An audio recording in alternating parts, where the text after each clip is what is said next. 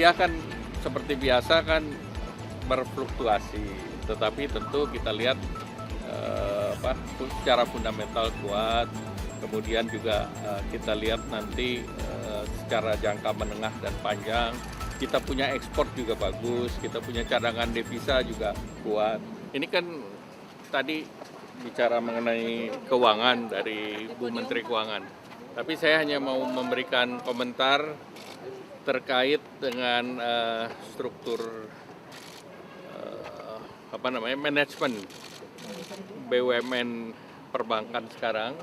Itu memang arahan Bapak Presiden bahwa jumlah daripada komisarisnya itu dibuat lebih ringkas dan diisi oleh profesional.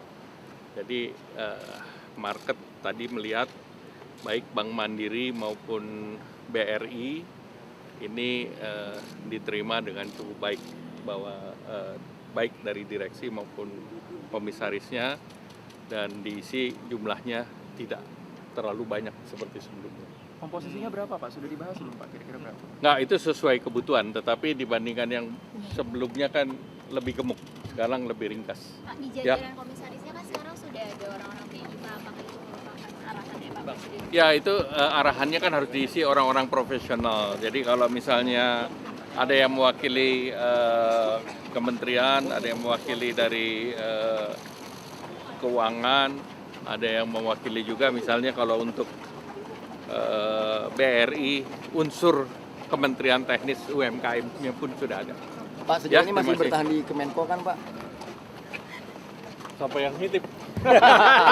masih bertahan ya Pak? Masih bertahan ya Pak? Masih kerja nih, sampai sekarang masih kerja. Sampai sekarang masih bertahan berarti apa ya? Apa? Seperti apa Pak? Apanya? Untuk rupiah, situasi rupiah. Ya, rupiah kan seperti biasa kan berfluktuasi, tetapi tentu kita lihat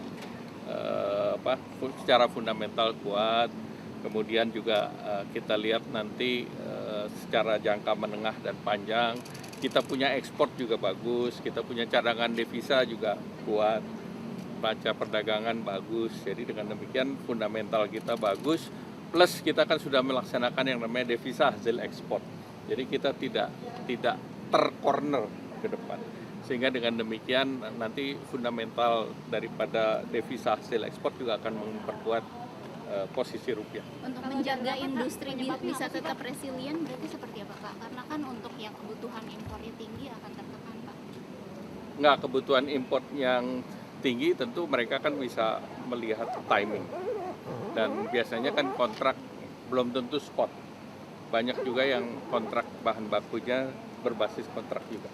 Ya, terima kasih. New Development Bank Sendiri gimana Pak? New Development Bank kenapa? itu tahapan selanjutnya apa? Nggak, New Development Bank kan itu bagian dari perbankan di bawah BRICS. Dan Indonesia sebagai anggota BRICS itu punya jatah untuk ikut dalam New Development Bank. Dan kemarin Bapak Presiden sudah putuskan kita akan masuk di sana, dan ada formulanya. Dari formula itu kita diminta untuk melakukan investasi dalam bentuk uang. Berapa Itu tuh loh, Pak penyertaan modalnya Pak? Saya ada di sini sih, cuman saya belum lihat. Boleh dilihat Pak? Pokoknya bayarnya bisa dalam 7 tahun. Berapa tuh Pak?